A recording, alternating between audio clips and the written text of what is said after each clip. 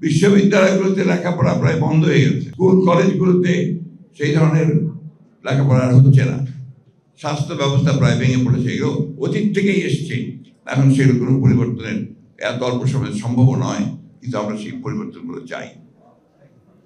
সেই কারণে আমরা বলেছি যে নির্বাচন দ্রুত হওয়া দরকার।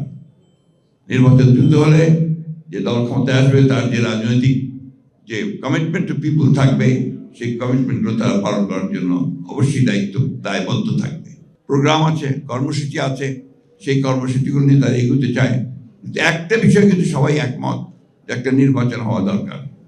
নির্বাচনটা শুধু একটা দলকে ক্ষমতায় বসানোর জন্য নয়, নির্বাচনটা যে গণতান্ত্রিক ব্যবস্থা দিয়ে যাওয়ার জন্য একটা পথ সৃষ্টি করা, একটা দরওয়াজা পার হওয়া।